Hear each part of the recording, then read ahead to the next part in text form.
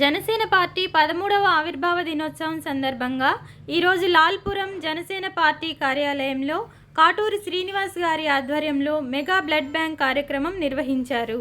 ఈ కార్యక్రమంలో జనసేన పార్టీ రాష్ట్ర ప్రధాన కార్యదర్శి బోనబోయిన శ్రీనివాస్ యాదవ్ ముఖ్య అతిథిగా హాజరై కార్యక్రమాన్ని ప్రారంభించారు. బోనబోయిన శ్రీనివాస్ యాదవ్ మాట్లాడుతూ సామాన్యుడికి అండగా ఉండాలనే పార్టీ ఆశయానికి అనుగుణంగా డిప్యూటీ సీఎం పవన్ కళ్యాణ్ ముందుకు సాగుతున్నారని అన్నారు.